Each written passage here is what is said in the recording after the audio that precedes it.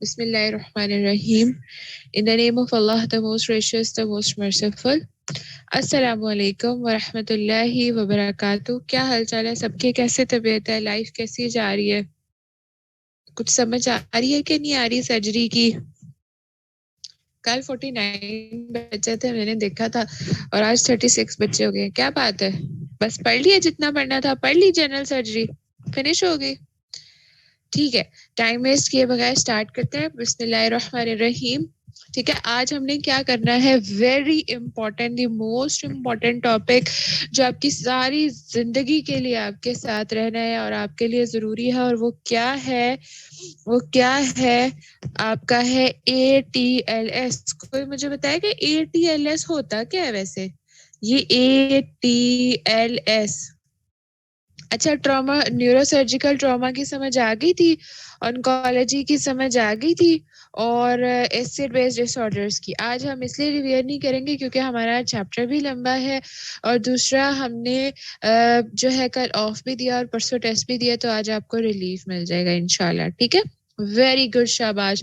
Advanced trauma life support, क्या मतलब है इस बात का कि आफ्टर ट्रॉमा जो हमने लाइफ सेविंग के लिए जो टेक्निक्स यूज करनी होती हैं, या उसके लिए जो हम टैक्टिक्स, टेक्निक्स, मैन्यूवर्स यूज करते हैं, जो चीजें देखते हैं, जिन चीजों की बिना पर जिंदगी जुड़ी होती है, वो चीजें देखते हैं, वो सारी किसमें आएंगी? Advance trauma life support. अब जिस तरह हम लोग स्मार्ट स्टडी करते हैं पास होने के लिए, इसी तरह इंसान की जिंदगी बचाने के लिए हमें एक स्मार्ट जो है असेसमेंट करनी होती है। देखना होता है कि कौन सी चीज इंसान की जिंदगी के लिए जरूरी है, जिसके बगैर इंसान नहीं रह सकता, और हम फजूल फजूल चीजों की तरफ ध्यान दें और पेशेंट जो है वो कोलैप्स कर जाए। अब मुझे आप लोगों ने पहले, बच्चों, आप लोगों ने बताना है कि वो कौन सी 4 जरूरी चीजें हैं जिससे हमने देखना होता है एडवांस ट्रॉमा लाइफ सपोर्ट में। जनरली हम पूछ रहे हैं, अभी हम सर्वे के ऊपर नहीं जाएंगे, हम ABCD के ऊपर भी नहीं जाएंगे। मुझे वाइटल्स का बताएं कि वाइटल्स में कौन कौन सी चीजें आती हैं। शाबाश। वाइटल्स में मेरे पास आता है ब्लड प्रेशर आता है, फिर उसके अलावा हमारे पास क्या आता है, ब्लड प्रेशर आता है, पल्स रेट या हार्ट रेट आता है, और उसके अलावा हमारे पास क्या आता है, रेस्पिरेटरी रेट आता है, और आपके पास क्या आता है, ऑक्सीजन सैचुरेशन। ऐसे ही है, ऑक्सीजन सैचुरेशन। फिर हमारे पास एक और चीज भी आती है, टेम्परेचर भी आता है, कोल्ड एक्सट्रीमिटीज, पल्सलेस, बीपीलेस। किस चीज की इंडिकेशन है, किस चीज की इंडिकेशन है? पेशेंट कोलैप्स कर रहा है, पेशेंट शॉक में जा रहा है। आजकल आप अगर कोई हॉस्पिटल में जाता है तो आप लोग आजकल देख रहे होंगे डेंगू के बहुत ज्यादा पेशेंट्स आते हैं, और डेंगू के अंदर हेमरेजिक फीवर की वजह से शॉक में जाता है पेशेंट और उसकी डेथ हो जाती है। और उसमें क्या होता है, बीपी लेस होता है पेशेंट, पल्स लेस होता है पेशेंट, और कोल्ड एक्सट्रीमिटीज होती हैं, ठंडे या उसके हाथ पांव पड़ते, और देखते देखते पेशेंट क्या कर जाता है, कोलैप्स कर जाता है। ठीक हो गया। और फिर आपने कोविड के पेशेंट्स में ये देखा कि ऑक्सीजन सैचुरेशन डाउन कर रही है, ड्रॉप कर रही है, और बीपी ठीक था, उसका पल्स ठीक थी, उसकी टेम्परेचर उसका थोड़ा सा ज्यादा था, हाई ग्रेड की हिस्ट्री थी। सेकेंडरी इफेक्ट्स में तो वो भी नहीं था, बस सैचुरेशन जो है वो ड्रॉप की, रिदमिया स्टार्ट हुआ और पेशेंट हो गया तो खलास हो गया। ठीक है, ये हमारे पास क्या है, बेसिक वाइटल्स। तो प्यारे बच्चों, अगर एक बंदा हमारे पास आता है, आप लोगों को ये प्रैक्टिकल्स में, सर्जरी में, आप लोग अपने क्लिनिकल्स में ये चीज सीखते भी हो, मुझे आज ले मैन की तरह बताओ, अभी स्टूडेंट डॉक्टर्स के लेवल पे बताओ कि फॉर एग्जांपल एक पेशेंट, मैं आपको सारा ना लेक्चर सिनेरियो की फॉर्म में दूंगी, और आज मार्किंग्स हम सिर्फ करेंगे, रीड आप खुद करेंगे, क्योंकि अगर हमने इच्छी पिछी रीड की तो ये 6 लेक्चर्स में भी नहीं खत्म हो रहा। मेरे साथ इत्तेफाक करते हो? ठीक है, एग्री कर रहे हो? ठीक है, अच्छा। अब ये है कि जो है वो मैं कह रही थी कि हाँ, इसको हम सिनेरियो की फॉर्म में जो है ना वो डिस्कस कर लेंगे, ताकि आप लोगों के माइंड में एक इमेजिनेशन बन जाए। आप लोग सोचो कि आपके पास एक पेशेंट आया है, आपके पास एक पेशेंट है, एक रोड ट्रैफिक एक्सीडेंट हुआ है, उसके जो पेशेंट आया ट्रोमैटिक हिस्ट्री के साथ, सिवियर ट्रॉमा है, उसको ब्लीडिंग हो रही है, या कह लो कोई बॉम्ब सारी हो रही है, उसको 2-4 गोलियां लगी हुई हैं, पेशेंट ब्लीड कर रहा है, इतने ज्यादा उसके हाथ को सब कुछ कर रहा है। अब वो पेशेंट आपके पास आया, आप सबसे पहले क्या करोगे? आप उसको पट्टियां करोगे, उसका ब्लड रोकोगे, या आप उसको सूचर्स लगाओगे, या आप उसके वाइटल्स मेंटेन करोगे, या आप जो है उसको क्या कहते हैं, उसको कहोगे कि मैं थोड़ी देर में आता हूँ? सबसे पहले आप उसको स्टेबलाइज करोगे। सर्जरी में आप ये देखते हो कि जब पेशेंट आता है, जब उसको ट्रॉमा होता है, हिस्ट्री होती है, ब्लीड कर रहा होता है, रेस्क्यू वालों ने उसे थोड़ी बहुत टेम्परेरी पट्टी लगाई होती है, उसी टेम्परेरी पट्टी के साथ हम सबसे पहले क्या करते हैं, वाइटल्स चेक करते हैं। और अगर पेशेंट जो है वो ज्यादा सीरियस कंडीशन में, उसकी ब्लीडिंग बहुत ज्यादा हो गई है, हम उसे 2 वाइट बोर कैन्यूलाज लगाते हैं। 2 वाइट बोर कैन्यूलाज लगा के आईवी लाइन फ्लूइड लगाते हैं, फ्लूइड रश करवाते हैं। उसका बीपी अगर ड्रॉप करे तो फ्लूइड रश करवाएंगे, हेमोसिल रश करवाएंगे, ब्लड प्रेशर को मेंटेन करने के लिए टेम्परेचर, ऑक्सीजन सेचुरेशन देखेंगे, अगर उसकी ऑक्सीजन सेचुरेशन ड्रॉप कर रही है, 80 से कम हो रही है, उसे ऑक्सीजन मास्क लगवाएंगे। टेम्परेचर बिल्ड करेंगे, अगर उसका टेम्परेचर ज्यादा है उसको प्रोवैस लगवाएंगे। पैनाडोल टेम्परेचर कम करेंगे, हमने कर दिया उसके वाइटल्स। वाइटल्स करने के बाद हम सेकेंडरी लेवल के ऊपर क्या करते हैं, हम उसको भेजते हैं एमओटी में, माइनर ऑपरेशन थिएटर में। वहां जाके वो अपनी पट्टी करवाता है। अब उसके अंदर भी टैक्टिक है उसके, बेटा ABCD समिया इसमें है, लेकिन आप ये इमेजिन कर लो कि उसके साथ ABCD हो गई हुई है क्योंकि वो हॉस्पिटल पहुंच गया हुआ है। उससे पहले हम उसको हॉस्पिटल लाने तक इमरजेंसी सिचुएशन में ABCD करते हैं, उसको मैं डिटेल में नेक्स्ट डिस्कस करती हूँ, ठीक है। अब हमने उसको भेजा है जी एमओटी। वहां पर भी अगर पेशेंट स्टेबलाइज होकर जाता है, तब भी हमने देखना होता है कोई ब्लीडर तो नहीं है।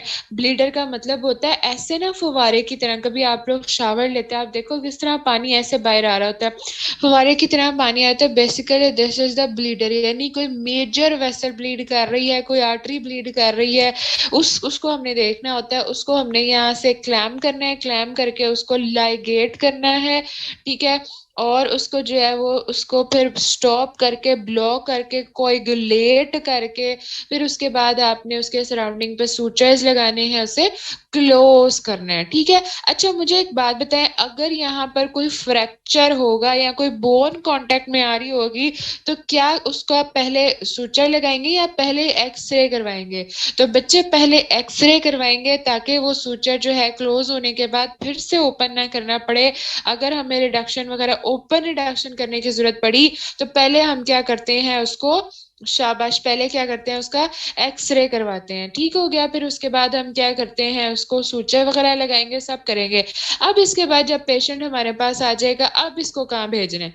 अब इसको भेजना है फास्ट स्कैन। फास्ट स्कैन के लिए, फास्ट स्कैन क्या होता है बेसिकली, उसमें हमने ये देखना होता है कोई एब्डोमिनल विजरास, कोई विजरास जो है उनके अंदर कोई इंजरी ना आ गई हो, उसके अंदर कोई ब्लीडिंग ना हो रही हो, फ्लूइड इकट्ठा ना हो रहा हो, ठीक है। ये सारी की सारी उसके अंदर चीजें देखनी होती हैं।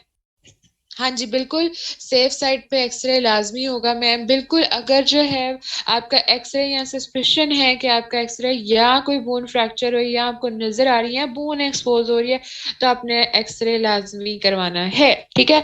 और कुछ पेशेंट्स के अंदर तो चेस्ट एक्सरे भी आजकल कोविड में हम करा रहे होते हैं, ताकि हमें रूल आउट हो जाए कोविड के केसेस भी। चेस्ट एक्सरे भी आजकल लाजमी हो गया है to rule out any pathological cause. एक आपका चेस्ट एक्सरे होता है और एक स्पेसिफिक एक्सरे होता है, और अगर आपकी SpO2 ठीक है, कोविड का सस्पेक्ट नहीं है, तब भी एक्सरे करते हैं।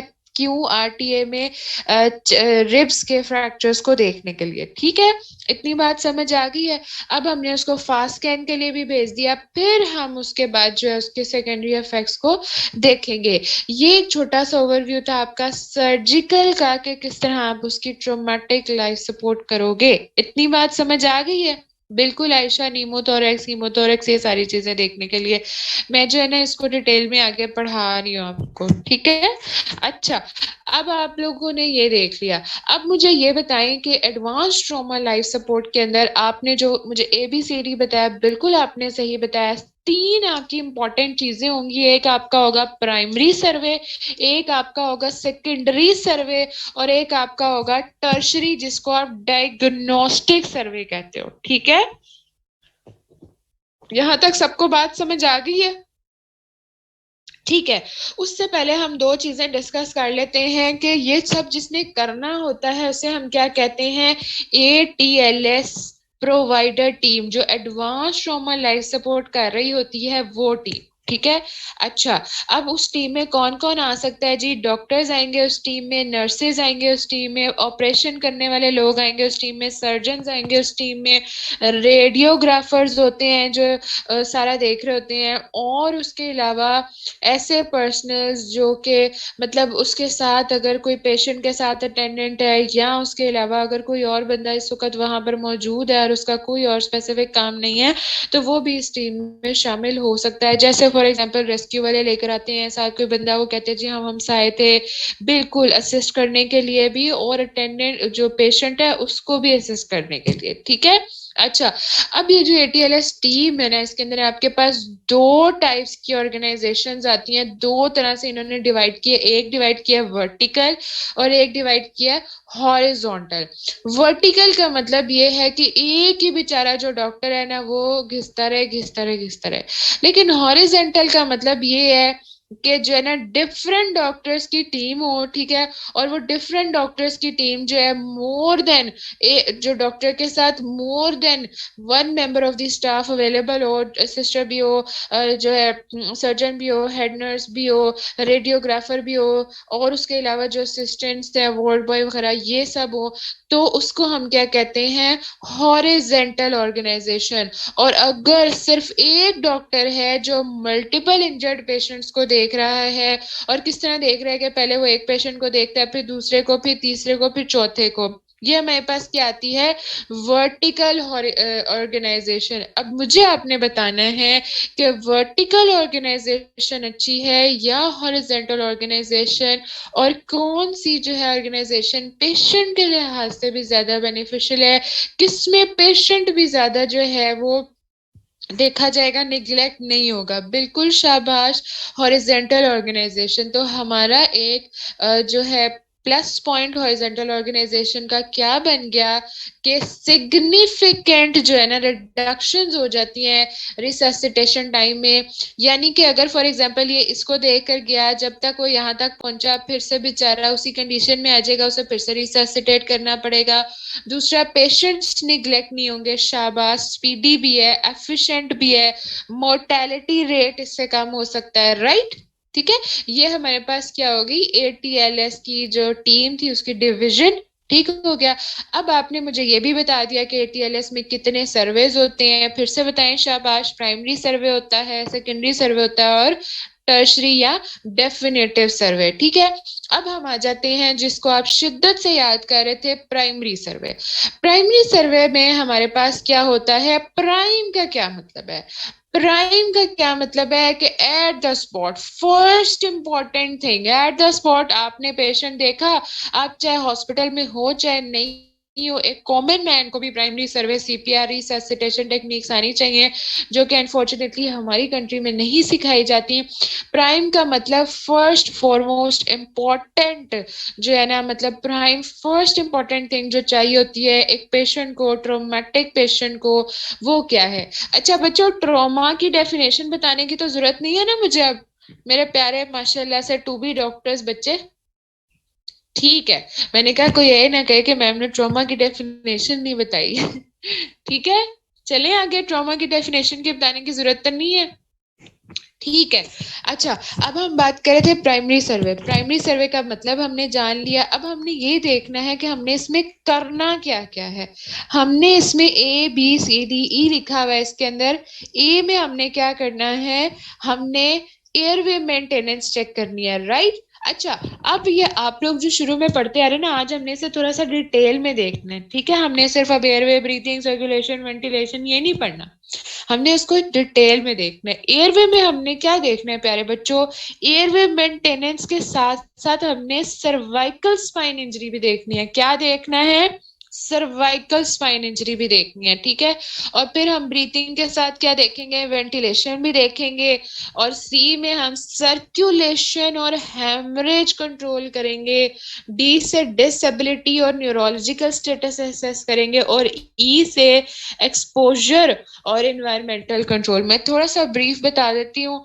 ए में हमने क्या देखा, एयरवे मेंटेनेंस देखी, साथ ही एयरवे के जो पीछे था ना, जब हमने उसके मेन्यूवर्स करने हैं तो हमने जो उसकी स्पाइनल कॉर्ड जा रही है ना उसका भी ध्यान रखना है, ठीक है। फिर बी में हमने ब्रीदिंग और वेंटिलेशन देखनी है। सी में हमने सर्कुलेशन के साथ कोई हैमरेज वगैरह उसको कंट्रोल करना है। डी में हमने डिसेबिलिटी के साथ साथ, डिसेबिलिटी क्यों होती है, रिफ्लेक्सेस क्यों खराब होते हैं, मोटर एक्शंस की वजह से, न्यूरोलॉजिकल स्टेटस की वजह से, जो हमने जीसीएस में भी पढ़ा वो भी इसमें देखेंगे। और ई में हम क्या देखेंगे, एक्सपोजर और एनवायरमेंटल कंट्रोल। अगर एक पेशेंट बर्न का हमारे पास आता है, उसमें एक्सपोजर बहुत इंपॉर्टेंट रोल प्ले करता है। We will first of all जो है मूव हिम या her away from the exposure, away from the source जो था उसका, उसके कपड़े उतार देंगे जो जल रहे हैं फॉर एग्जाम्पल, उसको उस जगह से निकालेंगे। अगर गैसियस एरिया है उसको उससे निकालेंगे। अगर फॉर एग्जाम्पल कोई और इस तरह का है, क्या कहते हैं उसको, एक्सीडेंट वाली जगह, सिलेंडर्स वगैरह ब्लास्ट वगैरह इस तरह की, तो उसको वहां से एक्सपोजर। फिर उसके अलावा उसकी एनवायरनमेंट स्टेबल करेंगे। एनवायरनमेंट स्टेबल करने का मतलब कि अगर हम कोई ऑपरेशन करने लगे हैं, कोई इमरजेंसी ऑपरेशन करने लगे हैं, तो ऐसा नहीं है कि पेशेंट जो है हाइपोटेंशन में जा रहा है, कांप रहा है, तो हमने जो वो फुल जो है एसी लगाया हुआ है, या सर्दियों के मौसम में एसी लगाया हुआ है, पेशेंट का टेम्परेचर के अकॉर्डिंग जो है अपने इन्वायरमेंट का टेम्परेचर रखना होता है। क्योंकि पेशेंट की ऐसी हालत होती है कि पेशेंट ब्लीड कर रहा होता है, ट्रोमेटिक पेशेंट्स में हाइपोटेंशन में जा रहा होता है, फीवर हो रहा होता है, उसको टेकिपनिक होता है साथ वो, तो उस वजह से जो है ना उसे ठंड ज्यादा लगती है, वो ज्यादा फील करता है, जिसकी वजह से उसकी कंडीशन और वर्सन कर जाती है। ठीक है, इतनी बात समझ आ गई है बच्चों? ठीक है, अब हम एयरवे वगैरह को पढ़ लें एक दफा डिटेल में। अच्छा, अब मुझे आप बताएं कि अगर आपने एयरवे को देखना है तो आप उसमें सबसे पहले क्या देखोगे? सबसे पहले आप इवेल्युएट करोगे कि वो बंदा सो रहा है या वो बंदा असल में ट्रोमेटिक पेशेंट है। अच्छा, अब आप जो है फॉर एग्जांपल जाते ही किसी को कह देते हो कि भाई अब उसका चिन लिफ्ट या जॉ थर्स्ट वगैरह करोगे, वो तो आपको ऐसा मुक्के मारेगा, राइट। सबसे पहले तो आपने, अगर फॉर एग्जांपल ट्रोमेटिक पेशेंट नहीं है, तो आपने इवेल्युएट करना होता है कि पेशेंट कॉन्शियस है या नहीं। ऐसे ही है, किस तरह करेंगे, उसे क्या कहेंगे?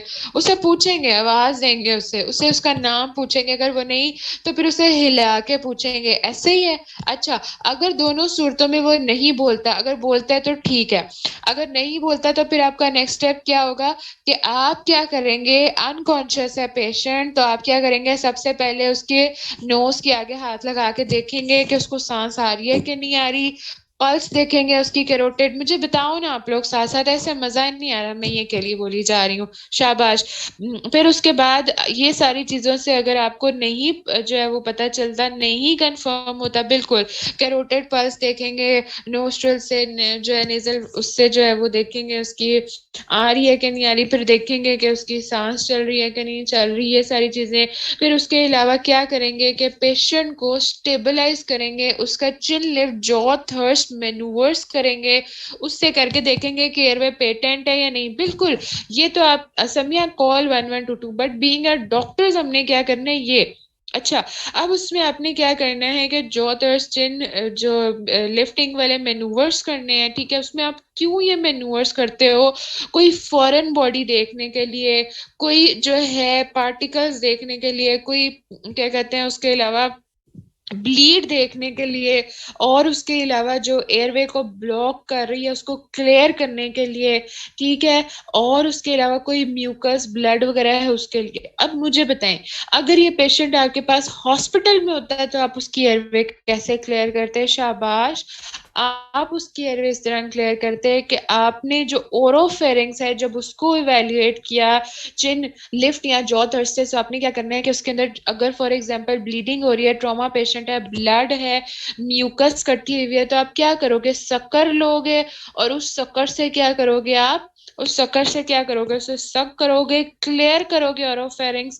या अगर कोई फॉरेन बॉडी है, शाबाश, तो उसे क्लियर करोगे ताकि एयरवे पेटेंट रहे। ठीक है। अच्छा, अब इसके बाद अगर पेशेंट जो है अनकॉन्शियस है और उसका जीसीएस जो है वो 8 है, या 8 से कम है। मुझे बताओ अगर पेशेंट का जीसीएस 3 to 8 है तो क्या होगा पेशेंट, और अगर पेशेंट का जीसीएस 8 से 13 है तो क्या होगा, जल्दी से बताओ, जिसे भूल गया उसे भी याद आ जाए। और अगर पेशेंट का जीसीएस जो है वो 13 से 15 है तो इसका क्या मतलब है, ये हमारे पास है माइल्ड, मॉडरेट और स्वेयर, ऐसे ही था। ये हमारे पास था माइल्ड, ये हमारे पास था मॉडरेट, और ये हमारे पास था स्वेयर। तो स्वेयर इंजरी में ज्यादातर पेशेंट क्या होता है, इन कैफ में होता है या अनकॉन्शियस होता है। ठीक हो गया। अच्छा, अब अगर पेशेंट का जीसीएस जो है वो 8 से कम है, यानी कि पेशेंट अनकॉन्शियस कोमा या शॉक में है या फिर अनकॉन्शियस स्टेट में है, तो आप क्या करोगे? आप क्या करोगे? आपके पास दो ऑप्शंस है, या तो आप ओरोफेरेंजियल एयरवे मेंटेन करोगे या फिर जो है आप ईटीटी डालोगे। अब ये ईटीटी किस बला का ना, अगर उसका जो है गैग रिफ्लेक्स जो है, अगर उसका गैग रिफ्लेक्स क्या है,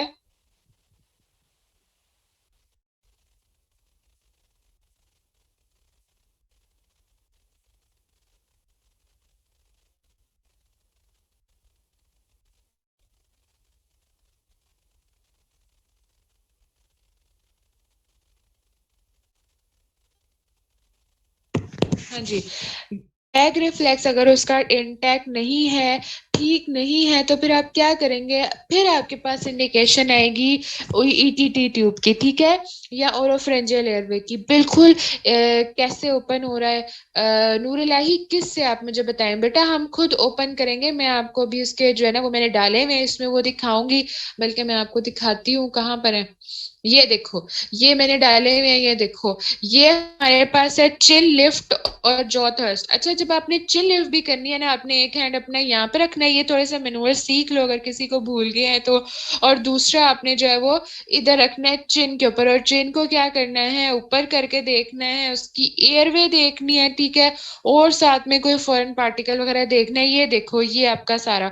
और आइडियली तो क्या होता है कि हम यहाँ पे सैंड बैग्स रखते हैं हेड के दोनों तरफ, और जो बॉडी होती है उसके नीचे भी जो है ना हार्ड बोर्ड रखते हैं।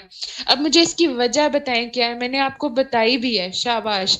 जब हम एयरवे देख रहे थे तो एयरवे के साथ हम एक और चीज को प्रोटेक्ट कर रहे थे, वो क्या थी, सर्वाइकल इंजरी। और फॉर एग्जाम्पल एक पेशेंट का बस इस तरह से फ्रैक्चर है, हमने उसको जिन लिफ्ट और जॉ थर्स्ट के चक्कर में क्या किया, उसको एक्सटेंड करना है ना बेसिकली। ये देखो, जॉ थर्स्ट के लिए भी हम नेक को एक्सटेंड कर रहे हैं, राइट। अच्छा, सॉरी, फ्लेक्स कर रहे हैं, तो क्या होगा कि अगर हम इस तरह से करेंगे तो क्या सर्वाइकल इंजरी हो सकती है या स्पाइनल कॉर्ड इंजरी हो सकती है। इसलिए स्पाइनल कॉर्ड को स्ट्रेट रखने के लिए और यहाँ पे सर्वाइकल इंजरी को प्रिवेंट करने के लिए आइडियली जब हम ये एग्जामिनेशन रिससिटेशन करते हैं तो आइडियली हमें दोनों साइड्स के ऊपर सैंड बैग्स रखने होते हैं, ठीक है। ठीक है, चिन लिफ्ट और जॉ थर्स्ट कैसे करते हैं देख लिए, ठीक हो गया। अब उसके बाद आपके पास है जी ईटीटी और ओरोफ्रेंजियल एयरवे। सबसे पहले हम ओरोफ्रेंजियल एयरवे देखते हैं। ओरोफ्रेंजियल एयरवे में क्या होता है, आपने इस तरह से डिफरेंट साइजेस की आती हैं, ठीक है, आपने इस तरह से साइज देखना होता है और इसके डालने की टेक्निक क्या होती है। ये देखो, बेसिकली ये इस तरह से डाल रही होती है, नजर आ रही है, ये देखो मेरा कर्सर भी नजर आ रहा है, चलो मैं ये वाला यूज कर लेती हूँ, ठीक है। अब ये आपने डालनी किस तरह से होती है, ऐसे ही नहीं डालनी होती। ये देखो, आपने क्या करना है, इसको ऑपोजिट की, यहाँ पे देखें, यहाँ पे भी नहीं है, एक सेकेंड, मैंने एक डाली तो थी पिक्चर जिसमें वो दिखा रहा था किस तरह से। ये देखो, आपने क्या करना है, इसको ऑपोजिट जो है ना, जो इसकी टिप है उसको ऊपर की तरफ करना है, इस तरह से उसका होना चाहिए पोजीशन और डायरेक्शन, और इस तरह से आपने इंसर्ट करनी है। जब आप इंसर्ट कर ले, टंग के पीछे चली जाए, तो फिर आपने क्या करना है, वेरी गुड सामिया, हमारी बहुत अच्छी फ्यूचर डिस्टिंक्शन होल्डर डॉक्टर बनेगी। 180 डिग्री पे क्या करना है, उसको रोटेट करना है। 180 डिग्री पे रोटेट करेंगी तो ये कहाँ पे जाएगी, सीधा सीधा ये कहाँ पे जाएगी, ये देखें, ये देखें, ये हमारे पास कहाँ पे जा रही है, कौन से एरिया में जा रही है भाई, किस एरिया में जा रही है, कौन बताएगा मुझे प्यारा बच्चा। ये किसमें हम डाल रहे हैं, ओरोफेरेंजियल ट्यूब इन प्लेस। ओरो का क्या मतलब, ओरल, ठीक है, और फेरेंजियल का क्या मतलब है, फेरेंक्स, ऐसा ही है कुछ, ठीक है। लेरिंग्स फेरिंग्स ट्रेकिया का नाम सुना हुआ है, उनकी लेयर्स का पता है कुछ? ठीक है, कोई ऐसा बच्चा जिससे ना पता हो ये एरिया कौन सा है और ये वाला एरिया कौन सा है? कुछ याद आ रहा है? ये नेजल वगैरह का, सुपीरियर मीटर्स, इंफीरियर मीटर्स, और ये ओरल नेजल कैविटीज। ठीक है, वेरी गुड, शाबाश। ठीक है, तो समझ आ गई आप लोगों को। ठीक है, ये देखो यहाँ पर भी उसने ये किया कि उसने इस तरह से उसका पॉइंट रखा, जब वो टंग के आगे लेकर गया तो उसने रोटेट किया 180 डिग्री पे और इस तरह से ये प्लेस होगी। इसके डिफरेंट साइजेस होते हैं, हम उसका साइज इस तरह से मेजर करते हैं और फिर उसे इंसर्ट करते हैं। अब अगर हमारे पास टाइम कम है, अर्जेंट सिचुएशन है, इमरजेंसी सिचुएशन है, कोई बर्न की हिस्ट्री है, फेस पूरी तरह से जल गया है, हम उसको नहीं कर सकते, ओरोफ्रेंजियल एयरवे, टंग जो है वो उसकी पैरालिसिस हो गया हुआ है या टंग जो है उसकी कोलैप्स कर गई हुई है बिल्कुल, तो फिर हमने क्या करना होता है? फिर हमने क्या करना है? एक और चीज है हमारे पास, हाँ जी, ईटीटी डाल सकते हैं, राइट। अब ईटीटी डालने के लिए मुझे बताएं, ये एक इंस्ट्रूमेंट यूज होता है, इसका क्या नाम है? ये वाला जो इंस्ट्रूमेंट यूज होता है इसका क्या नाम है? और ईटीटी का क्या मतलब है? Endotracheal tube. वेरी गुड, शाबाश। एंडोट्रेकियल ट्यूब जो है ये देखो डिफरेंट साइजेस की होती है ये भी, ठीक है। एंडोट्रेकियल ट्यूब आपने डालनी है। अच्छा, ये जो आप मुझे लेरेंजियोस्कोप की बात कर रहे हो, इसको इंसर्ट करने का मुझे फायदा बताएं क्या होगा? वेरी गुड, ये हम टंग के नीचे रख के करते हैं। वेरी गुड, हमें नजर आ जाता है, यूव्यूला नजर आ जाता है, उसके पीछे पूरा क्लियर जो है ना, हमने बेसिकली किस में डालनी है? एयरवे में डालनी है ना, तो हमें वो नजर आ जाता है, हमें क्लियरली डायरेक्शन मिल जाती है। बिल्कुल, शाबाश। विजुअलाइजेशन और एग्जैक्ट पॉइंट के लिए यार तुम लोग तो मेरे से भी अच्छे डॉक्टर हो, शाबाश। ठीक है, तो ये इस तरह से हम जो है ना एंडोट्रेकियल ट्यूब इंसर्ट करते हैं। ये देखो और डिटेल में, ये मेरे पास लेरिंग्स ट्रेकिया और इस तरह हमने एंडोट्रेकियल ट्यूब इंसर्ट किया है। ठीक है, अच्छा, अगर हम इससे भी ना करें, मैं यही बताई थी कि अगर फेस पूरी तरह से जल गया है, मुंह से कुछ भी नहीं जा सकता, या पूरा हिस्सा जल गया या पैरालाइज हो गया, फिर हम क्या करते हैं? फिर हम क्या करते हैं? फिर हमारे पास ऑप्शन आती है सर्जिकल क्रिकोथायरोडेक्टमी। ठीक है, सर्जिकल क्रिकोथायरोडेक्टमी, उसमें हम क्या करते हैं? ये देखो यहाँ पे हम क्या करेंगे? इंसियन करेंगे, ठीक है, और उसके बाद हम उसमें क्या इंसर्ट करेंगे? हाँ जी, वेरी गुड। उसमें हमने क्या इंसर्ट करना है? ये देखो, क्रिकोइड कार्टिलेज के लेवल के ऊपर हमने इंसियन देनी है, इस लेवल के ऊपर, क्लियर नजर आ रहा है? और उसके अंदर हमने क्या इंसर्ट कर देनी है? क्या इंसर्ट करनी है भाई? कौन सी ट्यूब इंसर्ट करनी है? बस इतनी सी मैंने डायग्राम्स ऐड किए, कम है वैसे। हाँ बिल्कुल, ट्रेकियल ट्यूब ऐड करनी है। ठीक हो गई ये बात?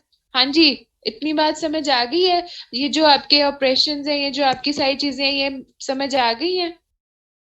ठीक है, सर्जिकल थायरोइडेक्टमी में आपने क्या करना है? एक इंसिजन देनी है ट्रांसवर्स, ठीक है, और फिर आपने ट्रेकियल स्प्रेडर या फिर हेमोस्टेट कहते हैं उसे, वो इंसर्ट करना है 90 डिग्री के ऊपर, ठीक है, और फिर उसके बाद आपने एंडोट्रेकियल ट्यूब ये वाली उसके अंदर इंसर्ट कर देनी है। ठीक है, चलो जी, इतनी बातें समझ आ गई हैं, सारे प्रोसीजर्स थोड़े थोड़े समझ आ गए हैं।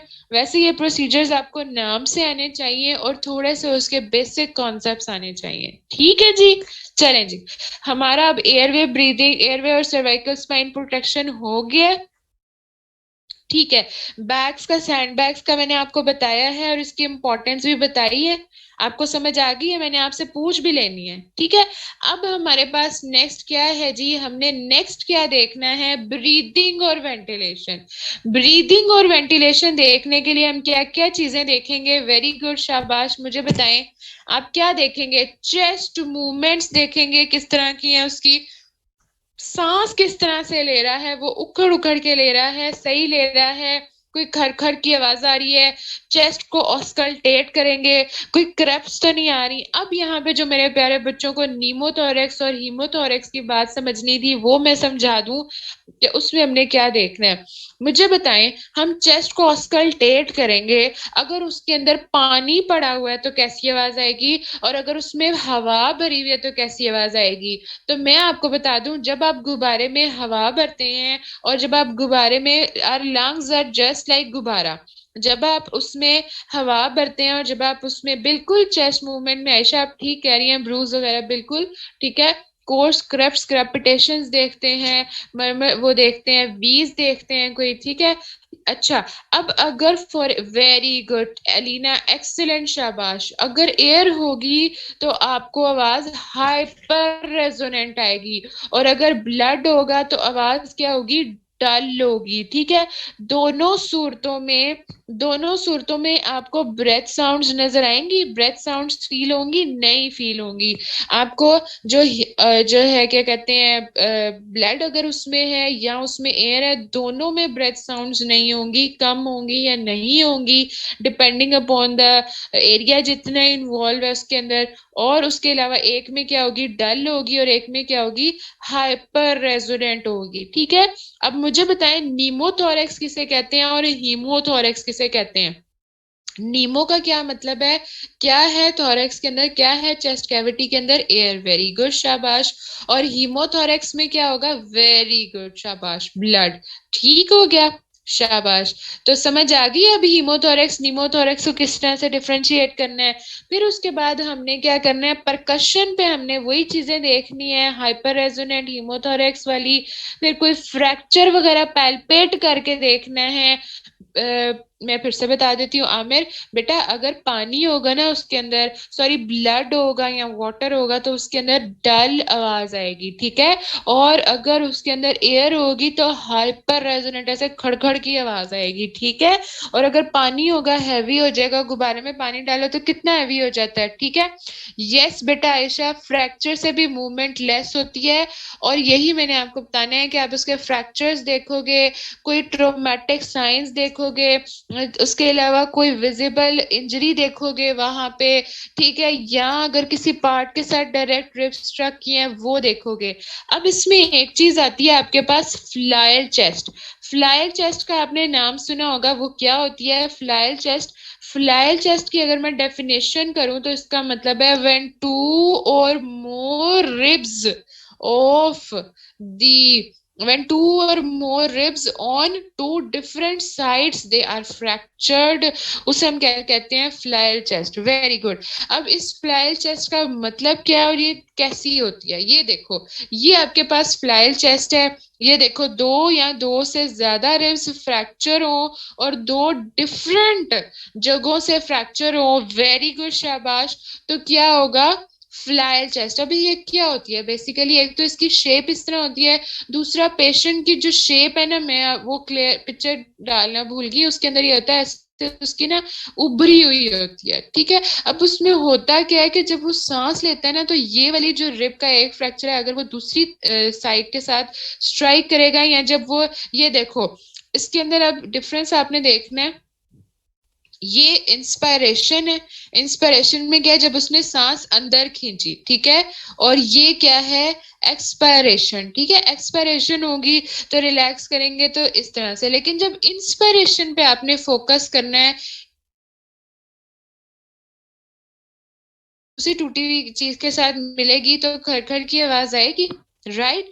और दूसरा क्या होगा, उसकी सांस लेने में भी मसला होगा और उसकी चेस्ट ऐसे उभरी सी हुई होगी। वीडियो भी शेयर करूंगी, मुझे अपनी याद करवा देना है, फ्लायर चेस्ट की एक एनिमेशन सी वीडियो है, उसको देख के भी आपको समझ आएगी। मोर जो है मार्क्ड आपको कब पता चलती है, इंस्पायरेशन में, ठीक हो गया।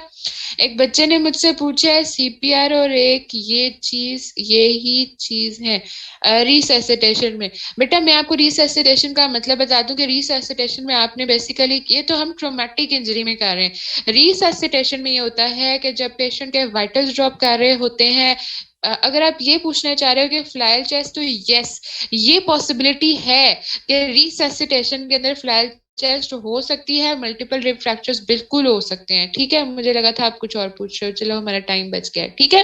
अच्छा, ये बात होगी। फिर उसके अलावा हमने क्या देखना है, ओपन नीमोथोरेक्स देखना है, massive haemothorax, tension pneumothorax, airway obstruction, ये सब हमने देख लिया। फिर हमने एक देखना है कार्डिक टैम्पोनेट। कार्डिक टैम्पोनेट क्या होता है, मुझे कौन बताएगा, प्यारा बच्चा, किसी को पता है वैसे कार्डिक टैम्पोनेट क्या होता है और हमने किस तरह से देखना होता है। हाँ जी, कार्डिक टेम्पोनेट क्या होता है, कार्डिक का मतलब है कुछ दिल से रिलेटेड है, इसमें क्या होगा कार्डिक टेम्पोनेट, वेरी गुड, शाबाश। ठीक है, एक बच्चे ने तो मुझे आंसर कर दिया, और कोई बच्चा आंसर करे?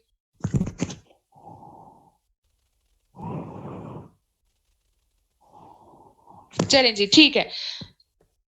हाँ जी, बिल्कुल। कार्डिक टेम्पोनेट क्या होता है कि जब एक्स्ट्रा फ्लूइड्स जो है स्पेस बना लें पेरिकार्डियम के अंदर, वेरी गुड, शाबाश, अराउंड द हार्ट स्पेस बना लें, और उससे क्या हो, प्रेशर, हार्ट के ऊपर प्रेशर बने, हार्ट के ऊपर प्रेशर बने, और उसकी वजह से क्या हो, बेचारा हार्ट कहेगा तुम लोगों ने तो मुझे दबा दिया हुआ है, और वो अपना काम अच्छे से ना कर सके।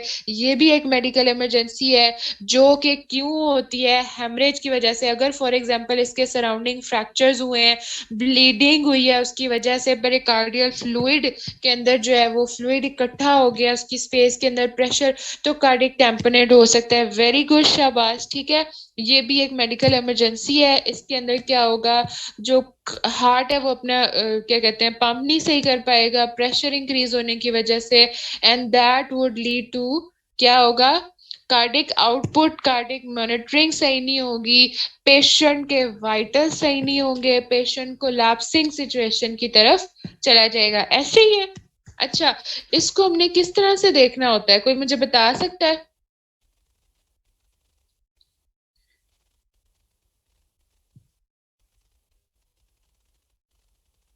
हाँ जी, उसके क्या करना होता है, एग्जामिनेशन में भी देखना होता है, यस, और वाइटल्स भी देखने होते हैं। ठीक है, एग्जामिनेशन में हम देखेंगे और वाइटल्स देखेंगे। ठीक है, और साथ में क्या कराएंगे, चेस्ट एक्सरे करवाएंगे। ठीक है, अब इसे हम ठीक किस तरह से कर सकते हैं, साथ ही मुझे बता दें, हम इसे नीडल पेरिकार्डियोसेंटेसिस से ठीक कर सकते हैं, जिसमें क्या होता है कि हम फ्लूइड को एक्सपायरेट कर रहे होते हैं। ठीक है, और फ्लैल चेस्ट को हम किस तरह से मैनेज करेंगे, उसको देखेंगे, पल्मोनरी कंट्यूजन वगैरह को, हाइपोक्सिया को, उसको ठीक करेंगे, इलेक्टिव इंट्यूबेशन करेंगे, ऑक्सीजनेशन करेंगे, और ओपन न्यूमोथोरैक्स और मैसिव हीमोथोरैक्स को किस तरह से ट्रीट करेंगे, लंबर पंक्चर से ट्रीट कर सकते हैं, और ओपन न्यूमोथोरैक्स को जो है वो क्या कहते हैं, उसे थोरैक्स की सर्जरीज वगैरह से ट्रीट कर सकते हैं। ठीक है, ये सारी की चीजें आपको आनी चाहिए।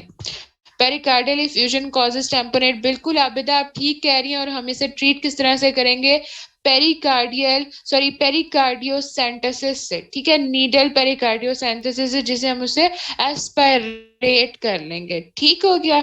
अच्छा, अब हमारे पास नेक्स्ट क्या है जी, सर्कुलेशन और हेमरेज कंट्रोल। अब सर्कुलेशन को आपने किस तरह से देखना है, किस तरह से उसे असेस करना है, आपने देखना है कि पल्स देखनी है, उसकी ब्लड प्रेशर देखना है उसका, फिर साथ में ये देखना है कि कितना उसका फ्लूइड, सॉरी ब्लड जो है वो लॉस हुआ है। ठीक है, कोई एब्डोमेन और थोरैक्स के ऊपर इंजरी तो नहीं है, उसका हाइड्रेशन स्टेटस देखना है, इंजरी की वजह से पेशेंट पेल तो नहीं हो गया, वो उसका कलर देखना है। फिर आपने फास्ट स्कैन करवाने हैं एब्डोमिनल कंसील्ड हेमरेज को रूल आउट करने के लिए, और साथ में आपने डिजिटल रेक्टल एग्जामिनेशन करना है। ये आपके पास क्या है, हेमरेज कंट्रोल और सर्कुलेशन। ठीक है, इतनी बात समझ आ गई है? अब किस तरह से करेंगे, अगर कोई एक्सटर्नल हेमरेज है, अगर कोई एक्सटर्नल हेमरेज है तो उसे किस तरह से करेंगे, ड्रेसिंग और प्रेशर ड्रेसिंग से, या फिर उसके अलावा डायरेक्ट प्रेशर उसके ऊपर हाथ से भी हम रख सकते हैं, गॉज वगैरह से भी रख सकते हैं। और अगर वो हाइड्रेशन स्टेटस उसका खराब हो रहा है, पेशेंट डिहाइड्रेशन स्टेटस में, हाइपोटेंशन में जा रहा है, two wide bore IV line लगाएंगे, और साथ में क्या हो गया, क्रिस्टलॉइड्स लगा सकते हैं उसको, उसको जो है वो ये डेक्स्ट्रॉन लगा सकते हैं। ठीक है, उसका प्रेशर बिल्ड कर, ब्लड प्रेशर बिल्ड करने के लिए फ्लूइड्स लगा सकते हैं, बिल्कुल ठीक है। लेकिन अगर पेशेंट ज्यादा सीरियस है, उसका बीपी बिल्कुल नहीं आ रहा, तो उस सिचुएशन में हम हिमसेल या डेक्स्ट्रॉन लगाते हैं। ठीक है, और उसके अलावा फिर हमने उसका ब्लड कल्चर लेना है, साथ ही साथ देखने के लिए कोई उसको इन्फेक्शन वगैरह तो नहीं है। ठीक है, प्लाज्मा एक्सपेंडर्स भी लगा सकते हैं उसको। ठीक हो गया, अगर उसको जो है ब्लीडिंग ज्यादा हो रही है, बीपी उसका बिल्कुल नहीं आ रहा है या बहुत कम आ रहा है, ठीक है, और इसके अलावा क्या कर सकते हैं, अगर हमने उसका कोई ऑपरेट वगैरह करना है या हमने उसे फॉलो अप के लिए रखना है, उसको एमपीओ करेंगे, उसको एनजी पास करेंगे, उसको फोलीस पास करेंगे यूरिन आउटपुट मॉनिटर करने के लिए। और कोई फ्रैक्चर्स हैं अगर, तो उन फ्रैक्चर्स को देखने के लिए हम क्या करेंगे, एक्सरे करवाएंगे। ठीक है।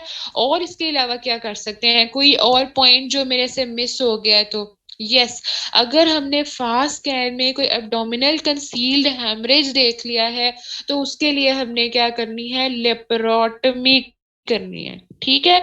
लेकिन उसके लिए हमें सबसे पहले क्या करना पड़ेगा, पेशेंट को स्टेबलाइज करना पड़ेगा। अगर पेशेंट स्टेबलाइज नहीं है तो क्या मैं लेप्रोटमी कर सकती हूँ, चाहे उसका जितना मर्जी फ्लूइड नजर आए फास्ट स्कैन के ऊपर? हाँ जी, लेप्रोटमी नहीं कर सकती। वेरी गुड, शाबाश। ठीक है। अब हम आ जाते हैं जी नेक्स्ट आपके डिसेबिलिटी के ऊपर। अब मुझे आप बताएं, डिसेबिलिटी में आप क्या क्या देखोगे? आप उसके रिफ्लेक्सेस देखोगे एक्सट्रीमिटी के, सबसे पहले कॉन्शियस लेवल चेक करोगे, जीसीएस स्केल है, सही है? जीसीएस स्केल देखोगे, फिर प्यूपल्स का साइज देखोगे, रिएक्टिविटी देखोगे, और हेमीपरेसिस देखोगे। ठीक है। और उसके अलावा एक और चीज रह गई है जो आपने न्यूरो सर्जिकल ट्रॉमा में भी पढ़ी थी, ब्रेन से रिलेटेड न्यूरो सर्जिकल असेसमेंट से रिलेटेड, जिसका हमने फॉर्मूला भी पढ़ा था। शाबाश। Intracranial pressure. ठीक है, इंट्राक्रेनियल प्रेशर भी आप देखोगे रेज्ड है या नहीं है, बिकॉज ट्रॉमेटिक पेशेंट्स के अंदर, ब्रेन इंजरीज के अंदर इंट्राक्रेनियल प्रेशर का भी एक इम्पॉर्टेंट रोल है जो हम पढ़ चुके हैं। सही है। ठीक है। फिर उसके बाद हमारे पास आ जाता है एक्सपोजर इन्वायरमेंटल कंट्रोल। उसके बारे में मैं काफी बातें आपको पहले बता चुकी हूँ कि अगर पेशेंट जो है फॉर एग्जांपल इमरजेंसी में है तो उसका टेम्परेचर मेंटेन करना है, उसको कवर करना है। अगर इन्वायरमेंटल सिचुएशंस में बर्न की हिस्ट्री है तो उसमें आपने एक्सपोजर उसका खत्म करना है, सोर्स से अवेयर रखना है उसको। और उसके अलावा अगर for example patient dehydrated state में है, हाइपोटेंशन में है, तो एयर कंडीशंस वगैरह सब कुछ बंद करने हैं, उसके बॉडी के टेम्परेचर के अकॉर्डिंग एनवायरनमेंट बनाना है। ठीक है। ये सारी चीजें, क्रिस्टलर्स अगर हम यूज कर रहे हैं तो हमने वो भी वार्म क्रिस्टलर्स यूज करने हैं रिससिटेशन के लिए। और आप देखोगे एक चीज के, जब आपने सर्जरीज वगैरह देखोगे ना, तो उसमें जब आप देखोगे कि अगर वॉश वगैरह करना होता है ना, कौन सी रिससिटेशन नहीं समझ आई नूर इलाही? अच्छा, मैंने वैसे एक ही पॉइंट बताया था रिससिटेशन का। एक बच्चे ने पूछा था कि जो फ्लैल चेस्ट है वो रिससिटेशन के अंदर सीपीआर के दौरान हो सकती है, तो मैंने कहा था बिल्कुल हो सकती है। ठीक है।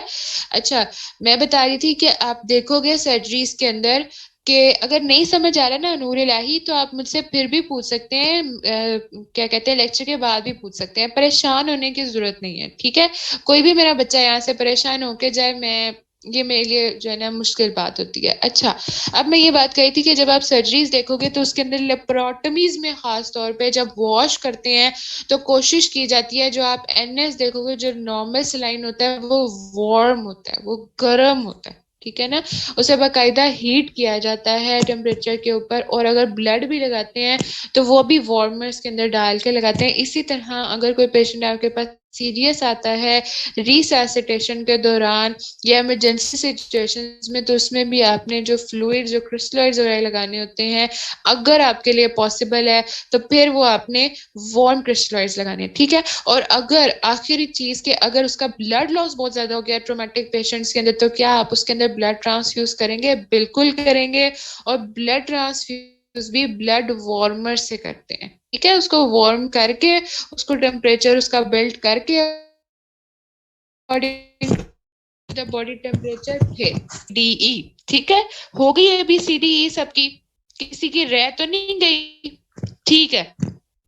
अब हम चलते हैं सेकेंडरी सर्वे के ऊपर। अब सेकेंडरी सर्वे में हमारे पास क्या है जी, सबसे पहले तो हमने सेकेंडरी सर्वे करने के लिए एक चीज मैंने आपको पहले भी बताई थी, वो क्या थी? सेकेंडरी सर्वे में हमने बेसिकली क्या देखना होता है, हेड टू टो एग्जामिनेशन। ऐसे ही है? ठीक है। हेड टू टो एग्जामिनेशन करने से पहले आपने उससे कुछ सवालात पूछ लेने हैं, कुछ सवालात पूछ लेने हैं जी। क्या पूछना है आपने उससे? आपने उससे पूछना है कोई एलर्जी तो नहीं है? ठीक है। कोई पुरानी आप मेडिकेशंस तो नहीं यूज कर रहे, कोई पुरानी किसी वजह से आपको कोई बीमारी हुई हो, टीबी हुआ हो, दिल का मसला हुआ हो, शुगर हुई हो, ब्लड प्रेशर हुई हो, प्रेगनेंसी पूछ लेनी है, लास्ट टाइम खाना कब खाया था ये पूछ लेना है, एक्सपोजर या कोई इवेंट्स वगैरह ठीक है हुए हो, कोई पार्टी पे गए हो, बाहर से खाना खाया हो, कोई ऐसा एक्सपोजर हुआ हो, ठीक है, ये सारी की सारी चीजें।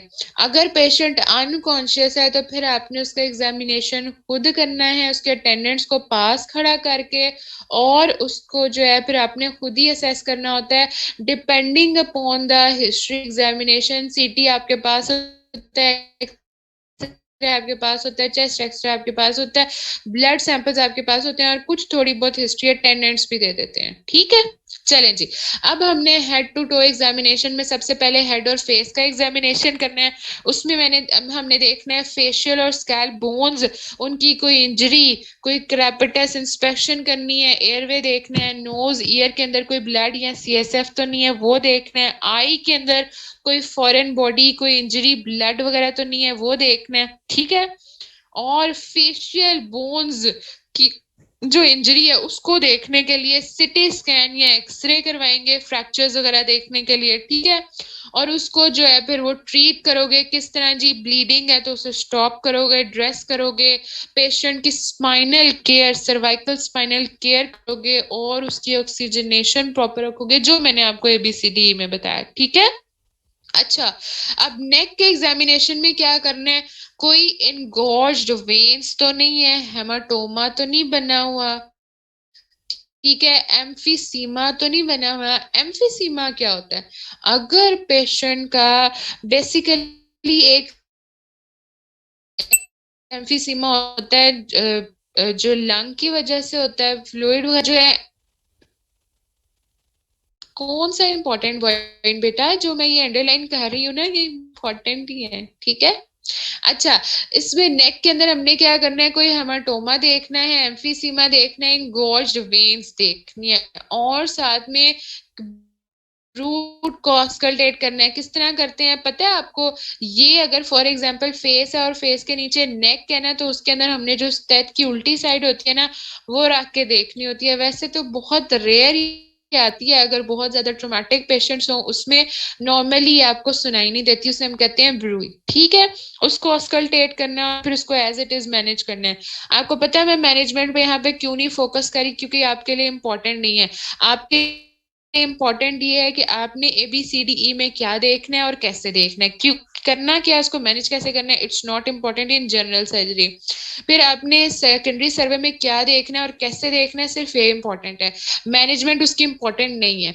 अगर आ भी जाती है तो आपके लिए कोई मुश्किल बात नहीं है, मैं साथ साथ आपको बता रही हूँ, ठीक है। चलें, अब उसके बाद थोरेक्स में हमने क्या क्या चीजें देखनी है, उसकी थोरेकेज देखनी है, एंटीरियरली पोस्टीरियरली, कोई ब्रूज, कोई मार्क्स, कोई एब्रेशंस, कोई फायर आर्म इंजरी, गोली का एग्जिट एंट्री वुंड देखना है। फिर उसके अलावा उसकी रिस्पिरेटरी स्टेटस क्या है, कैसे वो इंस्पायर एक्सपायर कर रहा है, कोई चेस्ट के अंदर क्रेफ्ट्स वगैरह तो नहीं है वो देखना है, ये सारी चीजें, ठीक है। और उसके अकॉर्डिंग जो है उसको ट्रीट करना है, ठीक हो गया।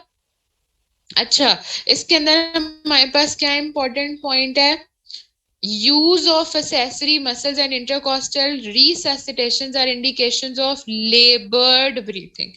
तो labored breathing की क्या indications है, ये आपका MCQ आ सकता है, ये आप मार्क कर लें, ठीक है। एक बच्चा हमारे पास परेशान हो रहा था, वो मार्किंग कर ले साथ साथ, ठीक है, मैंने इसीलिए बुक ओपन कर लिया, और जो मैंने आपको नहीं करवाई उसकी मैं आपको पिक्चर्स भेज दूंगी, ठीक है, परेशान हो, ठीक हो गया। अब इसमें भी आपने क्या करना है कि अगर उसकी ब्रीदिंग मेंटेन नहीं हो रही, ऑक्सीजन वेंटिलेशन मेंटेन करनी है, और जो हमने पीछे पढ़ी है लाइफ थ्रेटनिंग जो है कंडीशंस, उन्हें एज इट इज फॉलो करना है। बच्चों, मैंने ये आपको बता दिया ना, टेंशन निमोथोरेक्स, ओपन निमोथोरेक्स, फ्लैल चेस्ट, ये सारा, ठीक है।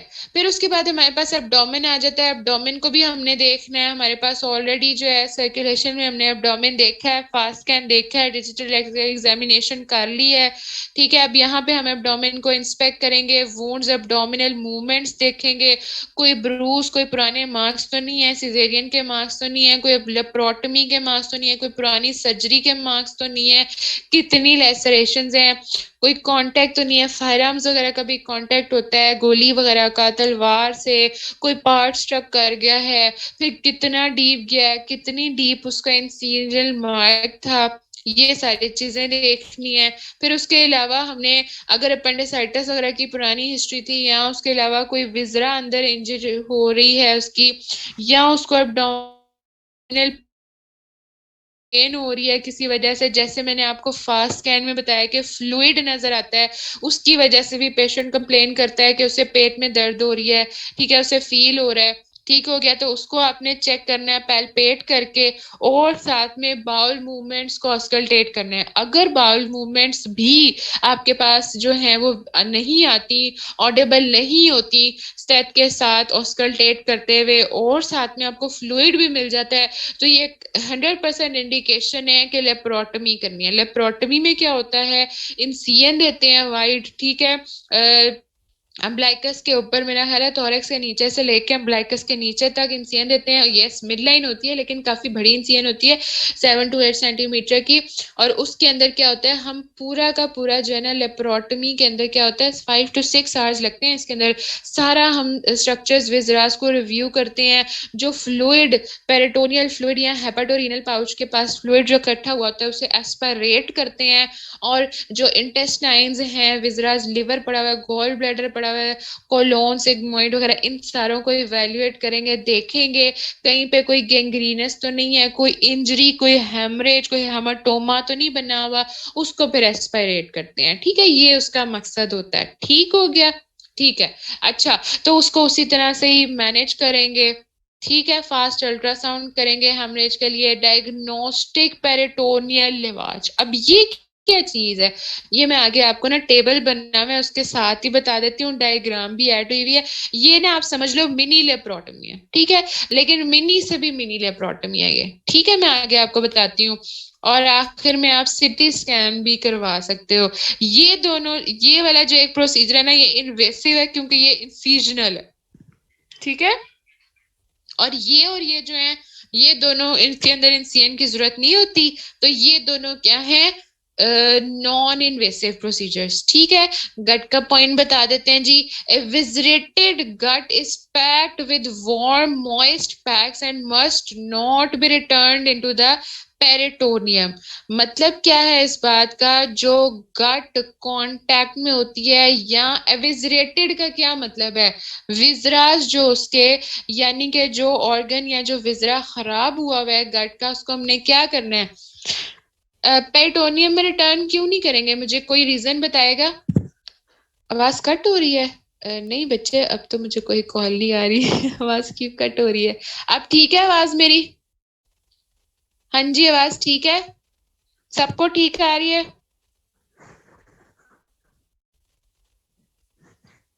ठीक है।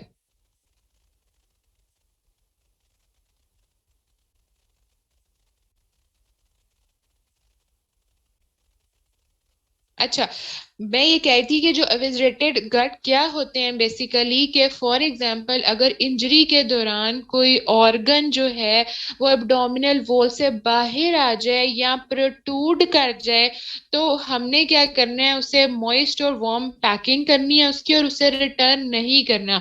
क्यों रिटर्न नहीं करना, हम उसको प्रॉपर जो है पहले फॉलो अप करेंगे, एसेप्टिक मेजर्स के थ्रू, अगर हमने उसे अंदर डालना है तो डालेंगे, लेकिन हम उसे अभी अंदर नहीं डालेंगे, क्योंकि क्या हो सकता है कि वह एयर के साथ, एक्सपोजर के साथ, बाहर स्किन के साथ कांटेक्ट करे। वेरी गुड अरूज, आपने बहुत अच्छा आंसर किया।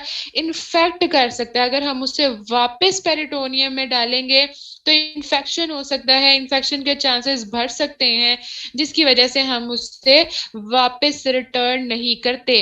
तो एविजरेशन क्या होती है ये समझ आ गई है, और एविजरेटेड गट का क्या मतलब है ये समझ आ गई है। ऐसा गट का पार्ट, ऐसा एब्डोमिनल वॉल का पार्ट, ऐसा ऑर्गन जो प्रोट्यूड कर जाता है बाहर की तरफ due to the traumatic injury, ठीक है, उसको जो है हम अंदर रिटर्न नहीं करते पेरिटोनियम में। उसकी वजह क्या है, एक तो ये वजह है कि सेप्सिस हो सकता है, इन्फेक्शन हो सकता है। दूसरी ये वजह है कि पहले हमने उसे पूरी तरह से इवेल्युएट करना है, गैंग्रीनस है या नहीं, कोई हेमाटोमा तो नहीं है, एम्बोलिज्म हो सकता है, ठीक है, ये सारी चीजें हैं, ठीक है। इतनी बात समझ आ गई है, गट वाला पॉइंट भी ठीक है। उसके बाद हमने जी देखना है पेल्विस। पेल्विस के अंदर हमने क्या देखना है, कोई पेल्विक फ्रैक्चर है, और पेल्विक फ्रैक्चर के साथ ही पड़ा होता है यूरिथ्रा, तो उसकी भी इंजरी हो सकती है। फिर हमने उससे भी इवेल्युएट करना होता है एक्सरे सीटी देख के, कोई स्ट्रक्चर तो नहीं बन गया, कोई यूरिथ्रल इंजरी तो नहीं हो गई, ठीक है, उसको इवेल्युएट करना है और फिर उसको एज इट इज ठीक करना है। अगर हल्की सी पेल्विक फ्रैक्चर है तो हम पेल्विक बाइंडर्स लगाते हैं, अगर ज्यादा पेल्विक फ्रैक्चर्स हो तो फिर हम उसे एज अकॉर्डिंगली डील करेंगे, ऑपरेट वगैरह की जरूरत पड़े। और अगर कोई यूरिथ्रल स्ट्रक्चर्स या यूरिथ्रल इंजरी हो जाती है, अक्सर ही होती है पेल्विक फ्रैक्चर्स में आपको नजर आती है, तो फिर क्या होता है कि ना जो मतलब यूरिथ्रल इंजरी, यूरिथ्रल स्ट्रक्चर का मतलब है कि ये है ना फॉर एग्जांपल रास्ता, तो इसके दौरान ना इस तरह से ना स्ट्रक्चर बन जाता है ऐसे ये वाला ना, तो इसको हम ओपन तो नहीं कर सकते और इसके अंदर हम फोलीज भी नहीं डाल सकते क्योंकि वो पास ही नहीं करेगी। अगर पास करेगी तो ब्लड निकलना शुरू हो जाएगा। फिर हम क्या करते हैं कि ये जो आपका हिस्सा होता है ना, ये फॉर एग्जांपल ये आपका बेली का हिस्सा है और इसके नीचे यहाँ जहाँ उसका ब्लैडर का हिस्सा शुरू होता है, यहाँ पे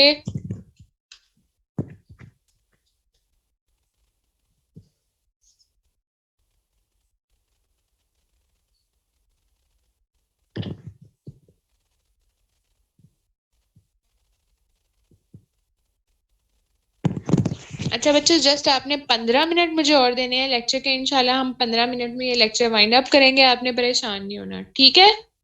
15 मिनट में इंशाल्लाह इंशाल्लाह ये लेक्चर वाइंड अप हो जाएगा, इसको खत्म करेंगे, बस थोड़ा सा रह गया, ठीक है।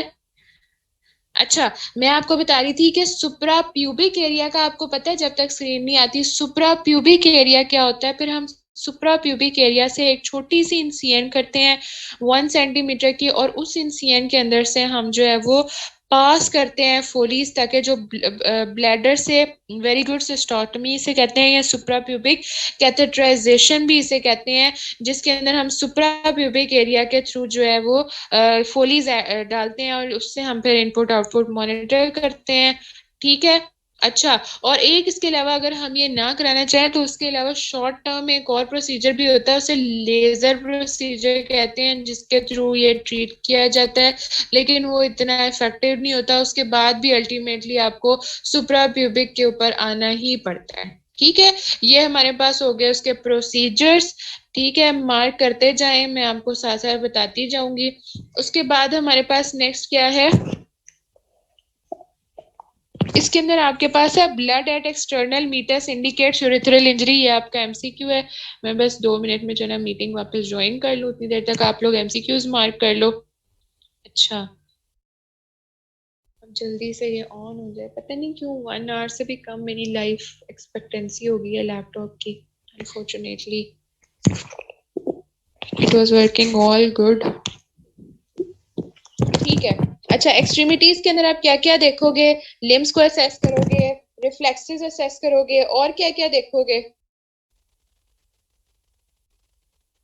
हाँ जी, लिम्स को असेस करोगे, और science of any blunt injuries या फ्रैक्चर, और इसके अलावा क्या देखोगे, एबीसीडी के सारे पॉइंट्स देखोगे, कोई न्यूरोवेस्कुलर स्टेटस इन्वॉल्व हो रहा है, कंपार्टमेंट सिंड्रोम का पता है, कुछ आइडिया है कंपार्टमेंट सिंड्रोम क्या होता है, वो देखोगे। और उसके अलावा हाँ जी, नया ले लें ठीक है जी, नया ले लेते हैं इतना आसान तो नहीं है ना नया लेना। अच्छा, कंपार्टमेंट सिंड्रोम वगैरह को रूल आउट करोगे, कोई टेंडरनेस, कोई डिफॉर्मिटी, फिर उसको एज जो है अकॉर्डिंगली ट्रीट करोगे। फिर स्पाइन आ जाती है, स्पाइन का ध्यान हमने एयरवे में भी रखा था, ठीक है। उसके अंदर हम क्या क्या देखेंगे, कोई स्पाइनल इंजरी देख सकते हैं, ठीक है, या उसके अलावा कोई सर्वाइकल इंजरी देख सकते हैं। उसके लिए जो है क्या करेंगे, अगर स्पाइनल कॉर्ड इंजरी होगी तो आपको पेशेंट किस तरह से प्रेजेंट करेगा, इमोबिलाइज्ड होगा पेशेंट, ठीक है। और उसके अलावा लॉग रोल टेक्निक भी यूज कर सकते हैं शिफ्टिंग और बैक असेसमेंट के लिए।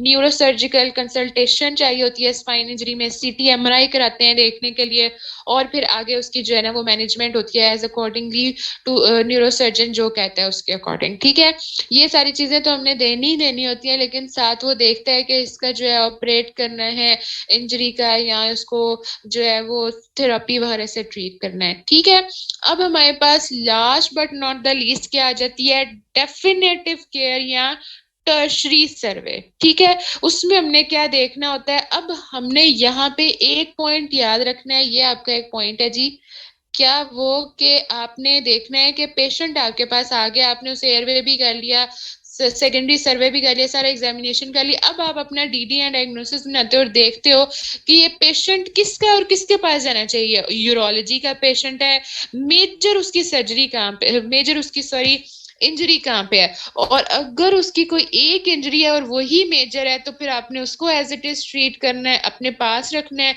अगर उसकी काफी सारी इंजरीज हैं तो फिर जनरल सर्जरी वाले अपने पास रखेंगे, अगर उसके मल्टीपल फ्रैक्चर्स हैं तो ऑर्थो वाले अपने पास रखेंगे, अगर वो अनकॉन्शियस है और न्यूरो ऑर्थो और जनरल सर्जरी की तरफ से क्लियर है तो फिर न्यूरो वाले अपने पास रखेंगे। ठीक है, इस तरह से आपने उसको जो है वो एक उसका जहाँ पे मतलब कहाँ पे उसका क्या डायग्नोसिस बनता है और उसके अकॉर्डिंगली उसे ज्यादा केयर किस चीज की चाहिए, कौन सा उसका जो स्टेटस है वो खराब है, उसके अकॉर्डिंग आपने फिर उसे असेस करके डिसाइड करना होता है कि ये पेशेंट कहाँ जाएगा। ठीक है, और ये आरटीए के पेशेंट्स में आप देखोगे कि न्यूरो वाले, ऑर्थो वाले और जनरल सर्जरी वाले इकट्ठे बैठे होते हैं और फिर वो डिसाइड करते हैं कि ये पेशेंट किसने लेना है। ठीक है, अच्छा, अब हमारे पास आ जाता है बिटवीन टू स्टूल्स का मतलब है patient should not fall between two stools, के दो लोगों के दरमियान बेचारा पेशेंट जो है वो पिस ना जाए। हमें एक डिसीजन लेना होता है फाइनल।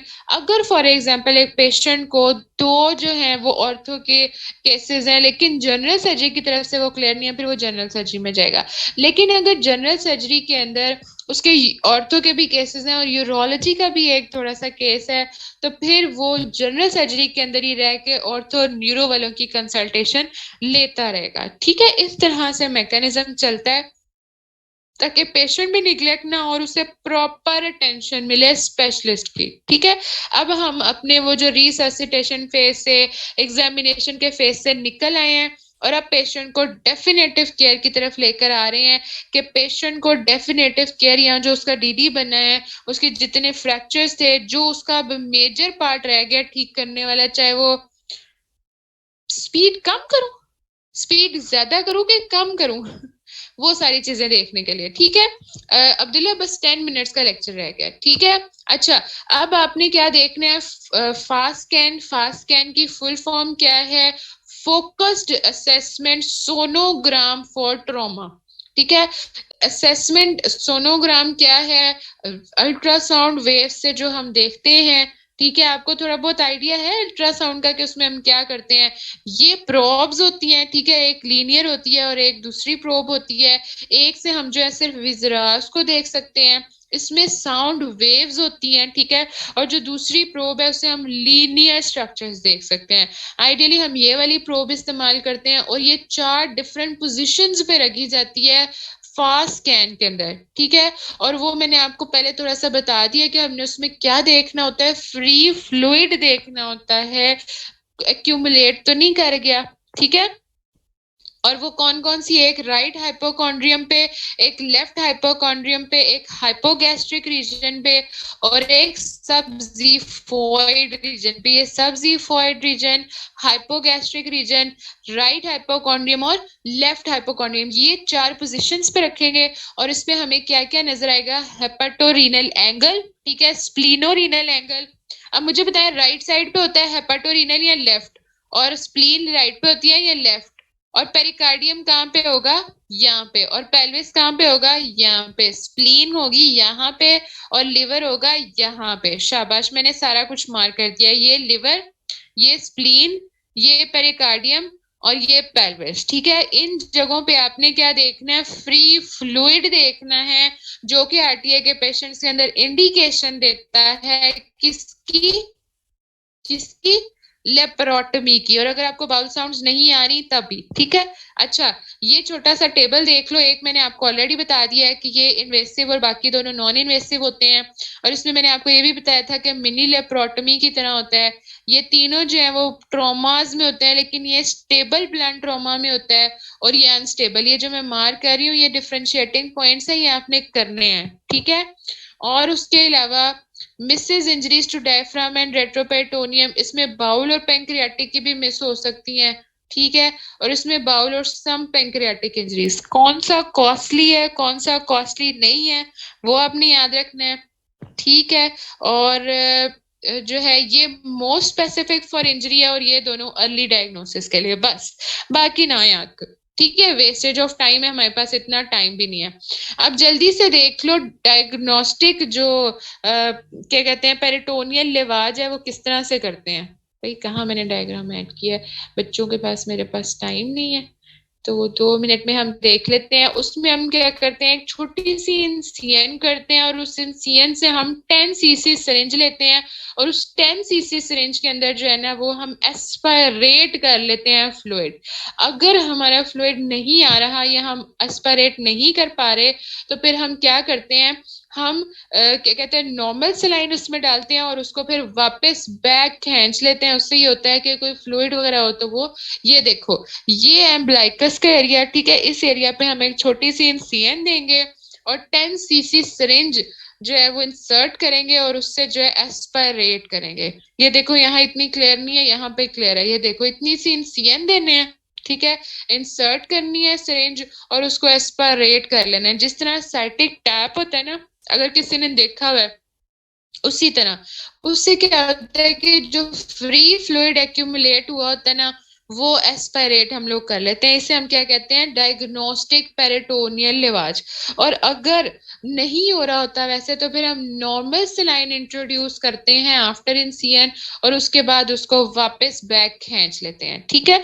और फ्री फ्लूइड देखो किसी ने देखना है तो इस तरह से फ्री फ्लूइड हमें नजर आता है। ये हेपेटोरीनल एंगल के ऊपर आपका फ्री फ्लूइड पड़ा हुआ है, ठीक है। ये इस तरह से अल्ट्रासाउंड गाइडेड वो मैंने आपको ऑलरेडी बता दिया है। तो डायग्नोस्टिक पेरिटोनियल लिवाज क्या होता है, कैसे करते हैं, ये भी पता चल गया, ठीक है। फिर उसके अलावा फास्ट स्कैन भी क्यों कराया जाता है और कैसे होता है ये भी पता चल गया। और सिटी स्कैन क्या होता है कैसे, ये तो आपको ऑलरेडी पता है, बताने की जरूरत है, ठीक है।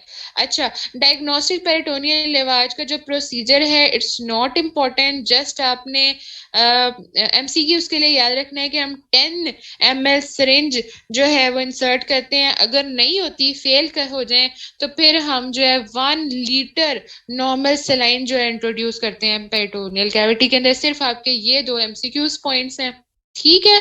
अच्छा, अब हमारे पास नेक्स्ट क्या है इसके, ये देखो ये आपने सिर्फ 2 पॉइंट्स याद करने हैं। टाइम बता देना बच्चों मुझे, तुम लोग परेशान ना होता कि ये देखो 1 लीटर, ठीक है, या फिर 10 ml सिरिंज, सिर्फ आपने ये दोनों चीजें याद रखनी है, ठीक है। अच्छा, उसके बाद हमारे पास नेक्स्ट वही चीजें हैं जो हम ऑलरेडी कर चुके हैं। एक चीज अब इसमें इंपॉर्टेंट है, वो ये है ट्राइएज। ट्राइएज क्या होता है, आप लोगों ने फोरेंसिक में पढ़ा हुआ था ट्राइएज क्या होता है। अच्छा ठीक है, ट्राइएज क्या होता है, मुझे फोरेंसिक में आप लोगों ने पढ़ा था क्या होता है। बेसिकली ट्राइएज में हम क्या करते थे, फोरेंसिक में आप लोगों ने पढ़ा था कि कम्युनिटी मेडिसिन में पढ़ा था ट्राइएज, खैर जिसमें भी पढ़ा था आप लोगों ने पहले पढ़ा हुआ, मुझे इतना याद है। उसमें बेसिकली क्या होता है, फर्स्ट प्रायोरिटी किसे दी जाए वो आपने देखना होता है, ठीक है। Triage comes from the word trier, जिसका मतलब है सेपरेट करना, शिफ्ट करना या फिर सिलेक्ट करना, ठीक है। ये आपका एमसीक्यू आ सकता है। और ये ट्राइएज की डेफिनेशन है कि इसके अंदर हमने प्रायोरिटी के अकॉर्डिंग पेशेंट को पहले सिलेक्ट करना है, उसको डिस्क्रिमिनेट करना है, उसे डिवाइड करना है, उसको सेपरेट करना है और फिर उसके बाद उसका ट्रीटमेंट शुरू करना है। अगर हमारे पास 100 पेशेंट्स हैं और अगर उसमें से 10 पेशेंट्स क्रिटिकल हैं और बाकी 90 पेशेंट्स जो ऐसे हैं जिन्हें सीपीआर करके बचाया जा सकता है, इन 10 को नहीं बचाया जा सकता, हम इन 10 पर टाइम लगाएं तो 90 पेशेंट्स निगलेक्ट हो सकते हैं। तो हमने यहाँ पे अनफॉर्चुनेटली इस चीज को देखना होता है कि हम जिन ज्यादा लोगों को बचा सके एज कम्पेयर टू एक क्रिटिकल या 10 क्रिटिकल पेशेंट्स को, ठीक है। तो ट्राइड सीव क्या होती है, क्विक सर्वे हमने देखना होता है फटाफट एनालाइज करके कि कौन सा पेशेंट जो है वो डेड है, मॉरिबंड है, कौन सा पेशेंट जो अलाइव है लेकिन क्रिटिकल है, he will also die in the coming hour, और कौन सा पेशेंट जो है अगर उसको हल्का सा लेसरेशन वगैरह है वो बाद में भी ट्रीट हो सकता है, ठीक है। और कौन सा पेशेंट है जिसे लेस केयर चाहिए। मरियम जावेद, एक्सीलेंट, शाबाश, वेरी गुड, बिल्कुल ठीक कहा आपने। तो 4 कैटेगरीज में इसे डिवाइड किया गया। रेड कैटेगरी जिसके अंदर क्रिटिकल और वेट नहीं कर सकते, ठीक है। येलो कैटेगरी जिसके अंदर अर्जेंट सीरियस इंजरी है लेकिन वेट कर सकते हैं शॉर्ट टाइम के लिए, ऐसा ना हो खाने पीने चले जाओ। और ग्रीन ऐसे हैं जिनको सीरियस इंजरीज कोई भी नहीं है, ज्यादा डिले भी करवाए कोई मसला नहीं है, ठीक है। और ब्लैक ऐसे हैं जिनका मल्टी ऑर्गन फेलियर हो चुका है, सर्वाइवल बहुत मुश्किल है even after CPR and resuscitation. तो ऐसे लोगों को हम स्पेयर कर देते हैं। अगर हमारे पास इन सारे पेशेंट्स को देखने के बाद टाइम बचता है तो हम इस पेशेंट को देखते हैं, ठीक है, वरना हम इस पेशेंट को नहीं भी देखते अगर हमारे पास उस वक्त टाइम नहीं बचता और पेशेंट लोड ज्यादा हो जाता है, लाइक फॉर एग्जांपल कोई बॉम्ब ब्लास्ट या किसी एक्सीडेंट्स वगैरह में, ठीक है। चलें जी, ठीक हो गया, इतनी बात समझ आ गई है। अच्छा, ये बच्चों मैंने आप लोगों को डायग्राम के साथ बताए हैं ये सारे मैनूवर्स। तो कोई ऐसा बच्चा जो कहे कि हमें ये लास्ट टॉपिक ये मैंने सारे मैनूवर्स ना आपको डायग्राम के साथ बता दिए हैं, ये वही हैं। अच्छा बच्चों, शुरू के 2 पेजेस की भी मार्किंग कर लो अगर तुम लोगों के पास 2-4 मिनट और हैं तो। देखो प्रॉफ करीब है, टाइम को ना देखा करो, नॉलेज को देखा करो, ठीक है। फर्स्ट पेज में से आप लोगों ने सिर्फ ये डेफिनेशन करनी है, ठीक है, बाकी कुछ भी नहीं करना, ये इसमें से कुछ भी नहीं करना, ठीक है। ये कुछ भी नहीं करना इसमें से, इसको सिर्फ रीड कर लो, उसमें सिर्फ उसने एक चीज की बात बताई हुई है, गोल्डन आवर की। गोल्डन आवर का क्या मतलब होता है?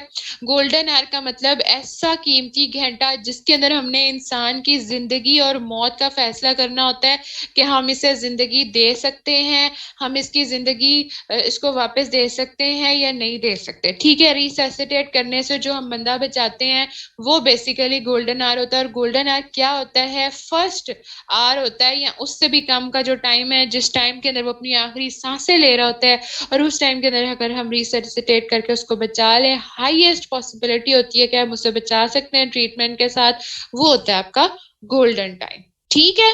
उसका टाइम ड्यूरेशन क्या होता है? फॉर 1 आवर और लेस, ठीक है। फिर उसके बाद आपने ये टीम का बताना है, टीम का मैंने आपको ऑलरेडी बता दिया, सिर्फ आपको इतना पता होना चाहिए कि टीम में कौन कौन से लोग आते हैं। फिर इसकी आपने डेफिनेशन कर लेनी है वर्टिकल ऑर्गेनाइजेशन और हॉरिजॉन्टल ऑर्गेनाइजेशन की, ठीक है। और उसके बाद प्राइमरी सर्वे, सेकेंडरी सर्वे, ये जो डेफिनेटिव केयर है इसकी डेफिनेशन सिर्फ, ठीक है, यहाँ पे ठीक हो गया। फिर उसके बाद प्राइमरी सर्वे में आपने सिर्फ ये याद रखने, ये आपको अजबर होने चाहिए, ठीक है। और उसके बाद जो आपका प्राइमरी सर्वे उसके अंदर एमसीक्यूज के हवाले से तो कुछ भी नहीं है, एमसीक्यूज इसमें से कम आते हैं, लेकिन एटीएलएस प्रोटोकॉल क्या है, किस तरह से मैनेज करते हैं वो आता है, ठीक है। ये भी आपने सिर्फ रीड कर लेना है। ब्रीदिंग वेंटिलेशन में ये 6 लाइफ थ्रेटनिंग चीजें हैं, ये आपको पता होनी चाहिए। बाकी वैल्यूएशन मैनेजमेंट आपने जस्ट रीड करनी है। और यस, इसके अंदर एक और इम्पोर्टेंट पॉइंट हमने छोड़ दिया है कि ये जो सैंड बैग्स या सर्वाइकल कॉलर का पॉइंट है ये आपने याद रखना है। अगर ये नहीं करेंगे तो क्या होगा? स्पाइनल या पे सर्वाइकल इंजरी हो सकती है, उसको बचाने के लिए, ठीक है। मेन्यूअर्स की डिटेल, बेटा मेन्यूअर्स आपसे एज सच डिटेल में पूछेंगे नहीं, हाँ पढ़ सकते हो एमसीक्यूज के पॉइंट ऑफ व्यू के लिए, लेकिन आती नहीं है इतनी, ठीक है। अच्छा, फिर उसके बाद सर्कुलेशन हेमरेज भी आपने बस ये देखनी है। इसके अंदर कोई इतना इंपॉर्टेंट एमसीक्यू के हवाले से मैं देख रही हूँ ना बेसिकली कि आपके प्रॉफ के हवाले से एमसीक्यू, यस, इसमें एक एमसीक्यू है वार्म क्रिस्टलॉइड्स का, कहाँ गया ये वाला एमसीक्यू आपका हो सकता है कि वार्म क्रिस्टलॉइड्स जो है वो हम इन्फ्यूज करते हैं ट्रोमेटिक पेशेंट्स को हाइपोटेंशन को कंट्रोल करने के लिए। फिर ये एक इंट्राओशियस इन्फ्यूजन, ये आपका एमसीक्यू आ सकता है अंडर 6 इयर्स, उनके अंदर हम इंट्राओशियस इन्फ्यूजन कराते हैं, ठीक है, अगर कोई पेरिफेरल वेन अवेलेबल ना हो तो, ठीक है। हमारा मैंने बना तो दिया हुआ है स्केड्यूल, लेकिन मैं आपको ना इंशाल्लाह कुछ दिनों में ना उसको फाइनलाइज कर दूंगी। वैसे मैं आपको रोज बता देती हूँ, और आगे भी मैंने आपको बता दिया, कल छुट्टी है, परसों टेस्ट है, उसके बाद इंशाल्लाह आपको साथ साथ जो है ना स्केड्यूल मिलता जाएगा। ना भी अगर हम ज्यादा कर सके तो एक एक वीक का बना देंगे। ठीक है जी। अच्छा, आगे मैंने मार्किंग शुरू करवा दी थी आपको। ठीक है, मार्किंग भी हो गई है, समझ भी आ गई है, लेक्चर भी हो गया, टाइम से भी हो गया। कुछ ऐसी चीज जो नहीं समझ आई, कुछ ऐसे पॉइंट्स जो नहीं समझ आए, वो मुझसे ग्रुप में पूछ लें। ठीक है, ले लिए स्क्रीनशॉट्स, कर लिए मार्किंग्स। चलो जी, थैंक यू सो मच, अल्लाह हाफिज। भाग जाओ अब, चलो भाग जाओ।